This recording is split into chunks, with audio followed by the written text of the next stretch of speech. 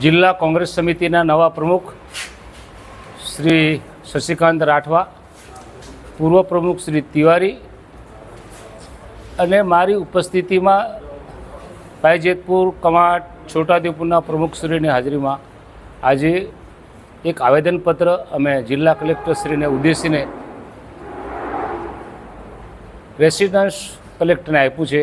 મુખ્ય માંગણીઓ અમારી એ છે કે રસ્તાઓ જે તૂટી ગયા છે, ખાસ કરીને ભારત પરનો બનાવવામાં આવેલું નાળું તૂટી ગયું. તમે જાણો છો, પત્રકારો જાણે છે, આખા જિલ્લાની અને તાલુકાની પ્રજા જાણે છે.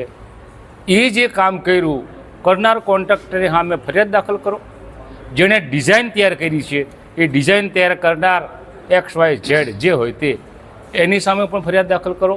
અને આ જે કામ ચાલતું હતું એના પર દેખરેખ કોની હતી એ દેખરેખ રાખનાર ડેપ્યુટી એન્જિનિયર કે કાર્યપાલક ઇજનેર જે હોય તે એની સામે પણ ફરિયાદ દાખલ કરવાની વાત થઈ છે. બીજી વાત, અમારે જંગલની જમીન આદિવાસીઓને જે આપવાની છે એના ઘણા બધા કેસ બાકી છે અને જે અપાઈ ગઈ છે એને રેવન્યુ હેઠળ દાખલ કરવા માટેની વાત થઈ છે. સાથે સાથે ઘણા બધા દવાખાનાઓની અંદર ધારાસભ્યના અનુદાનમાંથી ગાડીઓ આપવામાં આવેલી અને એ ગાડીઓ સરકારે અત્યારે 108માં કન્વર્ટ કરી છે.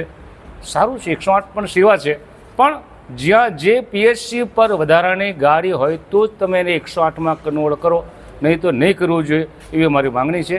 સાથે સાથે ડુંગર વિસ્તારમાં જે બનાવો બની રહ્યા છે રસ્તાના, પ્રસૂતિના, હેલ્થને કારણે, એ આ બધી લાંબા ગાળાનો પ્રોસેસ છે. પણ સરકારે ડુંગરપટ્ટી વિસ્તારની અંદર એક એમ્બ્યુલન્સ એવી ત્યાં રાખો, એનો નંબર હોય એવી જગ્યાએ રાખો કે કંઈક થાય તો એને સીધો કોલ કરીને એ એમ્બ્યુલન્સને ત્યાં બોલાવી શકાય અને કોઈકનો જાન બચાવ હોય તો બચાવી શકાય.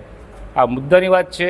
ને નવા પુલ આપણા છોટાઉદેપુર અલીરાજપુર રોડ પર આવેલો ઓરસંગનો બ્રિજ, છોટાઉદેપુર કમાટ રોડ પર આવેલો ઓરસંગનો બ્રિજ, પાયજેતપુરથી રંગલી ચોકડી તરફ જતો રસ્તો એનો બ્રિજ, બોડેલીનો મેરિયા પાસેનો બ્રિજ અને બોડેલીનો ઓરસંગ પરનો બ્રિજ, આ બધા બ્રિજ ખખડધ્વસ્ત થઈ ગયા છે. તો એની ચકાસણી એના કાર્યપાલક ઇજનેર કે મોટા કોઈ તજજ્ઞો મારફતે કરાવી એનું આયુષ્ય કેવું છે, તૂટશે કે બચી જવાના છે. નહીં તો જ્યારે આ તૂટશે ત્યારે છોટાઉદેપુર, પાયજેતપુર, કવાટ ને મધ્યપ્રદેશ સંપર્ક વિહોણા થઈ જાય એવી પરિસ્થિતિનું નિર્માણ થઈ રહ્યું છે. ત્યારે સરકારે સવેડા જાગવું જોઈએ. આ અમારી રજૂઆત હતી.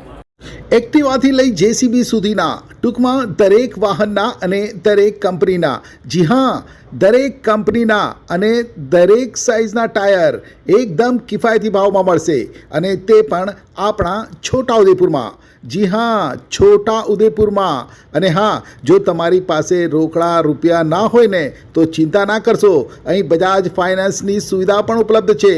સરનામું છે apex traders, silver spoon hotel સામે, triangle complex, highway road, Chhotaudepur. Mobile number છે 7359953545.